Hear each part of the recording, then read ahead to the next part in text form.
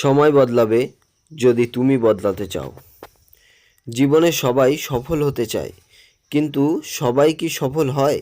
না, কারণ স্বপ্ন দেখার সাহস অনেকের থাকে, কিন্তু সেই স্বপ্নের জন্য লড়াই করার সাহস খুব কম মানুষের থাকে।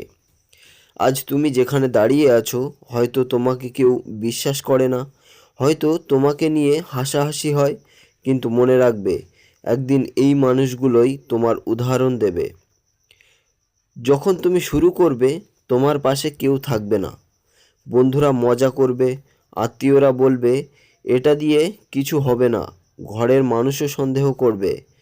কিন্তু সফল মানুষ আর সাধারণ মানুষের মধ্যে পার্থক্য একটাই, সফল মানুষ থামে না।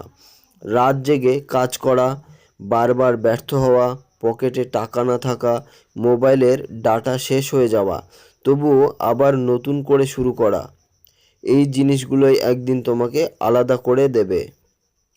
তোমার লাইফে কোনো ম্যাজিক হবে না, কোনো শর্টকাট নেই, কিন্তু একটা জিনিস আছে, সেটা হচ্ছে কনসিস্টেন্সি বা লেগে থাকা। প্রতিদিন 1% করে নিজেকে উন্নত করো, দেখবে 1 বছরে তুমি আগের তুমি থাকবে না। নিজেকে বলো, আমি গরিব হতে পারি, আমি মধ্যবিত্তও হতে পারি, কিন্তু আমার স্বপ্ন গরিব না। তুমি হারোনি, তুমি শেখার মধ্যে আছো। যেদিন তোমার সফলতা আসবে, সেদিন তোমার পুরনো কষ্টগুলোই তোমার সবচেয়ে বড় শক্তি হবে। তাই আজ কষ্ট হচ্ছে, ভালো, কারণ ইতিহাস কখনো আরামের বসে লেখা হয় না।